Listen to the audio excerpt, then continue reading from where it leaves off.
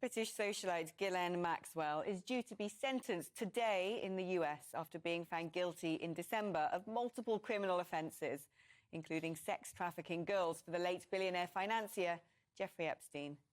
Her lawyers are currently seeking a delay to sentencing because she's been placed on suicide watch.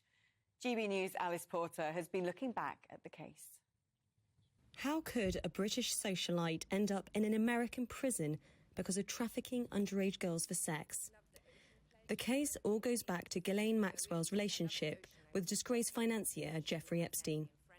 She was his girlfriend and employee during the 90s, but her true role was far more sinister.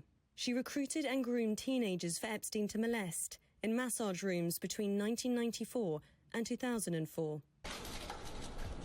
When charges were first announced against Maxwell 2 years ago by the US Attorney Audrey Strauss, she argued that Maxwell was integral to Epstein's sex trafficking ring. Maxwell was among Epstein's closest associates and helped him exploit girls who were as young as 14 years old. Maxwell played a critical role in helping Epstein to identify, befriend, and groom minor victims for abuse. In some cases, Maxwell participated in the abuse herself. One of the alleged victims who has been most public in her criticism of Maxwell was Virginia Giuffre.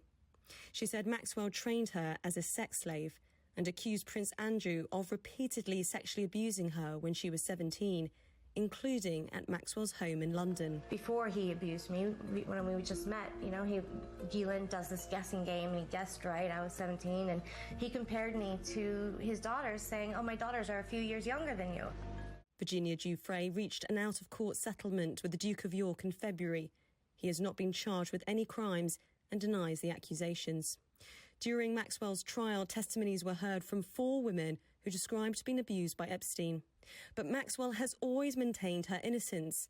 Her legal team argued that she was used as a scapegoat for Epstein after the government failed to prevent his suicide in prison while awaiting trial. But jurors were not convinced. And in December, she was convicted on 5 criminal counts.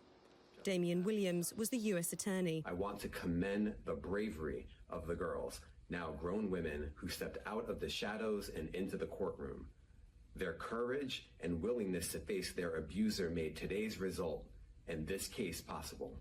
With a 55-year prison sentence looming ahead, it's no surprise that Maxwell has been put on suicide watch. But for the victims of Epstein and Maxwell, her sentencing means that justice has finally been served. Alice Porter, GB News. Charlie, has justice finally been served? Justice will be served when we finally know the full list of names of all of Ghislaine Maxwell's clients and the people that engaged in sex trafficking and the abuse of underage women and girls with Jeffrey Epstein. Until we know the names of every single person who was associated with these crimes, justice will not truly be served. It does feel as though every time this story pops up, there is an unspoken element where we don't actually know who was fully involved.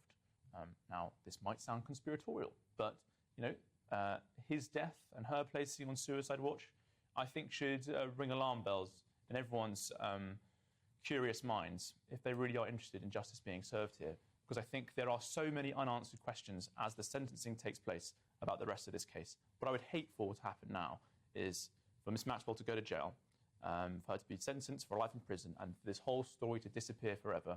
There are still questions that need to be answered. Yeah, I mean, let's cut to the chase here. What we're talking about are those people who fraternised with Jeffrey Epstein, and we know they were extremely high-profile, powerful people, world leaders and the like. Is that what you're alluding to, the fact that there are some people here, household names, people who held some of the most powerful jobs in the world who could well have been using Jeffrey Epstein's illegal services? Well, precisely. And until we know some of these names, and until we actually hear some proper accusations, and I hope that now, with the realisation that she will, I assume, never again be free, that's the likely charge we're going to see here, that a life sentence or several of them, I hope with that scenario she finally feels the burden to do justice for others and tell more about those questions that we are hoping to have answers to.